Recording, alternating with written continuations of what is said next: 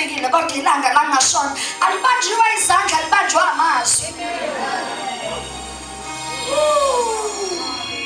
2020 need people who can prophesy.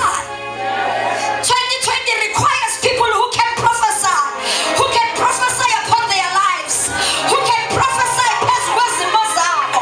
Glory to Jesus. Who can prophesy themselves out of situations, who can prophesy themselves into seasons. Glory to Jesus. Because sometimes uzohlala ulinda umprofeti oqanjiwe ukuthi ungumprofeti avela afika umprofeti kanti akanazwi lakho. Sometimes you need to be a prophet of your own life and begin to prophesy. And when you prophesy, awudingi uqala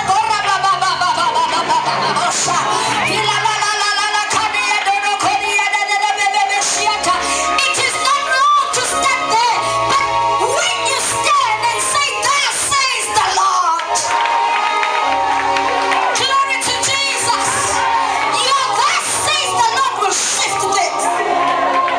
Hawunyangizwa ingqangqane bazalwane. Your "thus says the Lord" will move things.